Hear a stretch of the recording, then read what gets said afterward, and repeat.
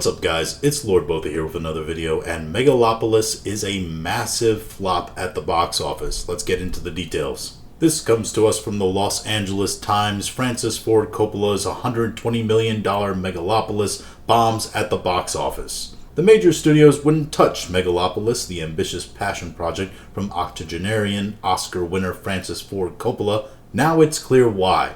The $120 million film, which Coppola financed with his own money, is on track to open with a disastrous $4 million in ticket sales this weekend from the US and Canada. This is according to industry estimates, making it an epic flop for legendary director known for the Godfather trilogy, Apocalypse Now, and The Conversation.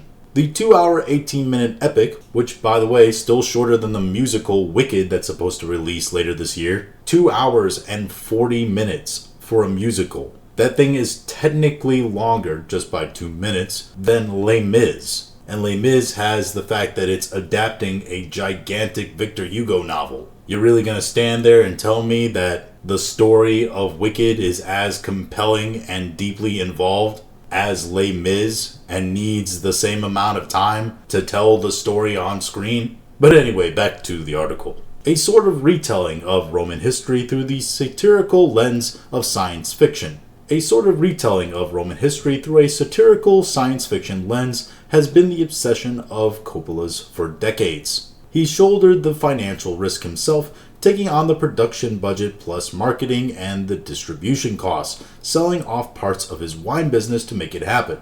So essentially the film was a bad idea. Everybody in Hollywood told him it was a bad idea. The companies told him it was a bad idea. But he was out there like George Lucas being like, hey, I've made this many hits. I've done this well financially over this time. I believe in this film. I'm going to put my own money up. I'm going to make it. And guess what? The execs and all the experts were right. It was dog shit.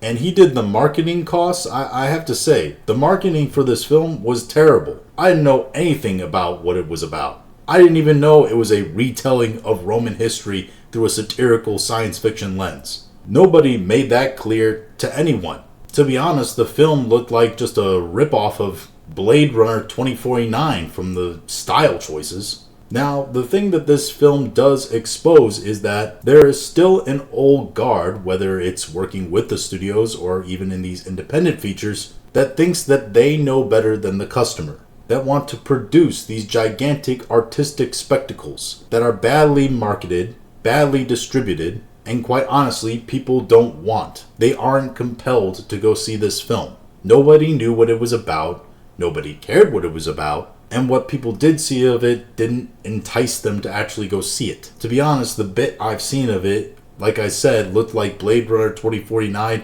and a bloated CGI mess. Coppola even did the unthinkable. He had Adam Driver cut his hair for the role. How's he going to do that to our boy Adam Driver? Making him expose those gigantic ears of his. But the point is here that this independent film with a bloated budget is an undoubtable flop at the box office. And as creators, even if they are independent or with studios, if they continue to think that they know better than the audience and market a movie horrifically, they're going to continue to experience great failure, no matter how woke or base their movies are. Politics is irrelevant here. The only thing that is relevant is competency, which seems to be sorely lacking in Hollywood, from even our oldest, most expert filmmakers. But those are just my thoughts on the subject. If you have your own thoughts, go ahead and leave them in the comments. If you like this video, go ahead and like, share, and subscribe. If you didn't like this video, appreciate you watching all of it. We'll talk to you again later.